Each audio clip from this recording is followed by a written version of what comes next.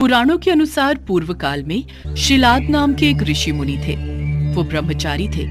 ब्रह्मचर्य का पालन करते करते शिलाद ऋषि मुनि को बुढ़ापा आ गया। अब उनके मन में एक भय सताने लगा। भय यह था कि बिना संतान उनकी मृत्यु के बाद उनका वंश समाप्त हो जाएगा। इसलिए उन्होंने अपने वंश को आगे बढ़ाने के लिए इंद्रदेव की कठोर तपस्या करने का निश्चय किया। एक दिन इंद्रदेव उनकी भक्ति से प्रसन्न होकर प्रकट हुए। हे मुनिवर, मैं आपकी भक्ति से अत्यंत प्रसन्न हूँ। मांगो, आपको क्या वर चाहिए? इंद्रदेव, मुझे वरदान दीजिए कि मुझे ऐसे पुत्र की प्राप्ति हो जिससे मृत्यु छू भी ना सके। मुनिवर, ऐसा पुत्र देने में तो मैं असमर्थ हूँ। आपकी ये इच्छा तो केवल देवों के देव महादेव ही पूरी कर सकते हैं। आप महादेव की तपस्या कीजिए, वो आपकी मनोकामना जरूर पूरी करेंगे। इंद्रदेव के कहे अनुसार शिलाद घने जंगलों के बीच बैठकर महादेव की कठोर तपस्या में जुट जाते हैं और कई सालों की कठोर तपस्या के बाद उनकी भक्ति से प्रसन्न होकर महादेव उनको दर्शन देते हैं। शिलाद, हम तुम्हारी तपस्या से प्रसन्न हुए। कहो, तुम क्या वर मांगना चाहते हो? हे प्रभु, मुझे आपके समान ही पुत्र चाहिए जो कि अयोनिजा हो और जिसको मृत्यु छू भी ना पाए। ये सुनकर महादेव मुनि शिलाद से बोले, हे मुनिवर, यूं तो मैं सारे जगत का पिता हूँ, फिर भी तुम मेरे पिता बनोगे। मैं तुम्हारा अयोनिज पुत्र होऊंगा तथा मेरा नाम नंदी होगा। इसके बाद महादेव अंतर ध्यान हो गए। फिर ऋषि मुनि भी खुशी खुशी अपनी कुटिया में चले गए। कुछ समय बाद शिलाद भगवान शिव के नाम से यज्ञ कर रहे थे।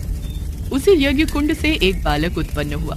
उस बालक का मुख बेहद ही मनमोहक और लुभावना था। वाह, कितना मनमोहक और सुंदर अंश है मेरे शिव का। अब तो ऋषि शिलाद की प्रसन्नता का कोई ठिकाना ही नहीं था।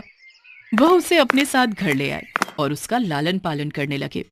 देखते ही देखते नंदी बड़ा हो गया। 5 साल का होते ही शिलाद मुनि ने नंदी को संपूर्ण वेदों और अन्य शास्त्रों का भी अध्ययन करवाया।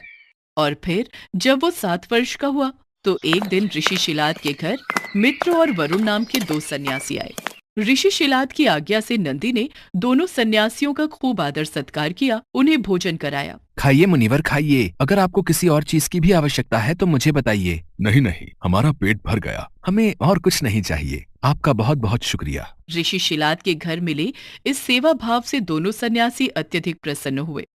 जाने से पहले दोनों सन्यासियों ने शिलाद ऋषि को लंबी उम्र और खुशहाल जीवन का आशीर्वाद दिया और नंदी को बिना आशीर्वाद दिए ही जाने लगे। अगर आप बुरा न मानो तो मैं ये जान सकता हूँ कि आपने मुझ बूढ़े को तो आशीर्वाद दे दिया, लेकिन मेरे बेटे नंदी को नहीं। तब सन्यासियों ने बताया, हमें ये बात कहते हुए बेहद ही दुख हो रहा है, लेकिन सच तो यह है कि नंदी अल्पायु है, अर्थात उसकी आयु बहुत कम है। हाँ मुनिवर, उसके पास केवल 1 वर्ष का ही समय है। आपके इस पुत्र की आयु बहुत कम है, इसलिए हमने इसे कोई आशीर्वाद नहीं दिया। उन दोनों सन्यासियों की बातें सुनने के बाद अंदर जाकर शिलाद ऋषि नंदी को गले लगाकर फूट फूट कर रोने लगते हैं।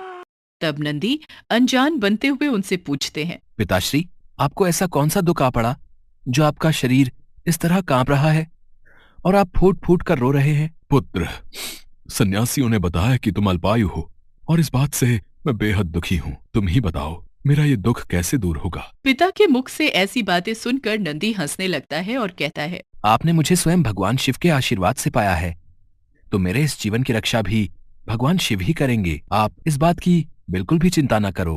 फिर अगले दिन नंदी अपने पिता से आज्ञा लेकर महादेव की तपस्या करने के लिए भुवन नदी पर चले गए और वहां पहुंचकर वो नदी किनारे बैठकर शिव जी की कठोर तपस्या करने लगे।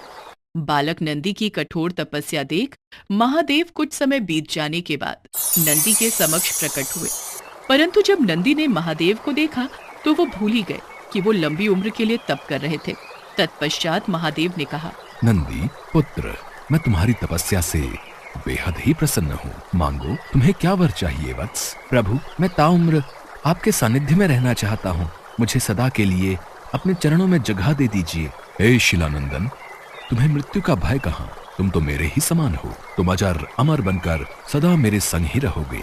तुम पर सदा मेरा प्रेम बरसता रहेगा। मेरी कृपा से तुम पर जन्म मृत्यु अपना प्रभाव नहीं डाल सकेंगे। तत्पश्चात शिवजी ने पार्वती माता से कहा, हे देवी, मैं नंदी का अभिषेक करके इसे गणाध्यक्ष बनाना चाहता हूँ। इस विषय में आपकी क्या राय है? महादेव, आप नंदी को गणाध्यक्ष पद प्रदान कर सकते हैं, क्योंकि परमेश्वर यह शिलानंदन मेरे लिए पुत्र सरीखा है। इसलिए नाथ ये मुझे बहुत ही प्यारा है। महादेव ने अपने अतुल बलशाली गणों को बुलाकर उनसे कहा, गणनायकों, आज से ये नंदीश्वर तुम लोगों का स्वामी होगा। मैं धन्य हो गया प्रभु, मैं धन्य हो गया। इस प्रकार नंदी के समर्पण से प्रसन्न होकर भगवान शिव ने नंदी को पहले अपने गले लगाया और उन्हें बैल का चेहरा देकर उन्हें अपने वाहन, अपने गुणों में सर्वोत्तम के रूप में स्वीकार कर लिया। और तभी से शिव जी की मूर्ति के साथ नंदी की प्रतिमा भी स्थापित की जाती है। ऐसा माना जाता है कि शिव जी तो हमेशा ध्यान में लीन होते हैं, वो हमेशा समाधि में रहते हैं, इसलिए नंदी के कानों में बोलकर उनके भक्तों की आवाज उन तक नंदी ही पहुंचाते हैं। एक समय की बात है, भानुपुर नामक गांव में शंभू नाम का एक किसान रहता था। शंभू भगवान शिव का बहुत बड़ा भक्त था। रोजाना सुबह उठकर भगवान शिव के मंदिर में जाना और शिव जी की मूर्ति के साथ शिवलिंग की पूजा करना उसका नियम था। शंभू के पास मोती नाम का एक पालतू बैल था, जिससे शंभू अपने खेत में हल जोतता था। मोती शंभू के लिए मानो तो परिवार का सदस्य ही था। माधवी, ये देखो, आज मैं अपने मोती के लिए कितनी हरी हरी घास और चारा लाया हूँ, पर ये मोती है कहाँ? खूंटी से तो बंधा नहीं हुआ है। कस्तूरी ले गई है उसे घुमाने। मोती की आदत को बिगाड़ दिया है तुम्हारी बिटिया ने, और मोती भी कम नहीं है। जब तक शाम के वक्त कस्तूरी उसे पूरे गांव में घुमाने ना ले जाए, उसे भी चैन नहीं आता। लो, आ गई तुम्हारी लाडली। बापू, मोती को बहुत जोरों की भूख लगी है, आप क्या लाए हो? ये देख, मैं अपने मोती के लिए हरी हरी घास, पेड़ पौधों की टहनियाँ और सूखा चारा लाया हूँ। ये ले मोती बेटा, आराम से खा। मोती चारा खाकर कितना खुश हो रहा है माँ बापू। मेरा बच्चा, मेरा मोती, ये तो हम सबकी जान है। मोती बैल शंभू और उसके परिवार का लाडला था। मोती खेतों को जोतने में शंभू की बहुत सहायता करता था। लगभग सारा काम खेतों का शंभू मोती की सहायता से निपटा लेता था। कुछ गांव के लोग शंभू की सफलता से जलते थे, जिनमें से एक था हरिया, जो शंभू से बहुत ईर्ष्या करता था। ऐसे ही एक दिन, अरे शंभू, तू सुबह शाम शिव मंदिर में पूजा ही करता रहता है? कुछ देर अपने दोस्तों के साथ भी समय बिता लिया कर। शाम का वक्त है, आ जाता हो घड़ी, हमारे साथ भी कुछ खा पी ले। नहीं हरिया भाई, मैं ये सब नहीं लेता हूँ। मैं तो बस भगवान शिव का भक्त हूँ और उन्हीं की पूजा में अपना समय बिताता हूँ। मुझे उसी में खुशी मिलती है। हरिया भाई, मैं देख रहा हूँ शंभू तुम्हारा अपमान कुछ ज्यादा ही करने लगा है। हाँ, तुम उसे 2 घड़ी अपने पास बैठने के लिए कहते हो और वो तुम्हें साफ लफ्जों में मना करके हमेशा चला जाता है। तुम क्यों उसे बार बार कहकर अपनी इज्जत गिरवाते हो भाई? हैं? हरिया गुस्से में घर आ जाता है। कुछ दिनों बाद शंभू की बेटी के रिश्ते की बात चलती है और लड़के वाले कस्तूरी को देखने आते हैं। देखो शंभू भाई, मैंने तुम्हारा गांव में बहुत नाम सुना है। तुम्हारा परिवार भी बहुत अच्छा है और हमें कस्तूरी बिटिया जैसी बहू ही अपने बेटे के लिए चाहिए। एक काम करते हैं, शादी के लिए 3 महीने बाद का कोई अच्छा मुहूर्त देखकर तारीख रख लेते हैं। क्यों, ठीक रहेगा ना? अब लक्ष्मीचंद जी, जैसा आप ठीक समझे। लड़के वाले कस्तूरी से रिश्ते की बात पक्की करके चले जाते हैं। आपने लड़के वालों से कह तो दिया, पर 3 महीने में हम इतने पैसे शादी के लिए कैसे जोड़ पाएंगे? तुम चिंता मत करो माधवी, मैं और मोती मिलकर कुछ ही दिनों में नई फसल पर काम कर लेंगे। फिर उस फसल को बेचकर अच्छे पैसे मिल जाएंगे। फिर हम आराम से कस्तूरी की शादी कर सकते हैं। अब तुम मोती का भी ज्यादा ख्याल रखा करो, वो भी हमारे साथ बहुत मेहनत करता है। तुम चिंता मत करो, मैं मोती का ध्यान रखूंगी। कस्तूरी की शादी की बात पक्की होने की खबर हरिया को लग जाती है। वो इस बात को बर्दाश्त नहीं कर पाता है। मेरा अपमान करके शंभू इतना खुश कैसे रह सकता है? इसकी सारी खुशी उसी बैल में है। उसी बैल के भरोसे ये हवा में उड़ रहा है। ये सोचता है कि बैल की मदद से ये अच्छी फसल उगा लेगा और अपनी लड़की की शादी कर देगा। मेरे होते हुए ऐसा कभी नहीं हो सकता। कई बार इस शंभू ने गाँव वालों के सामने मेरा अपमान किया है। आज रात मौका देखकर इसके बैल का काम तमाम कर दूंगा। हाँ।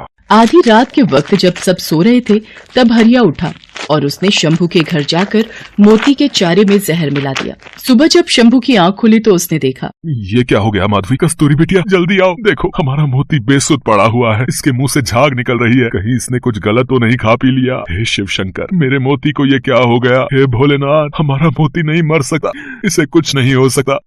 बाबा मोती को क्या हो गया?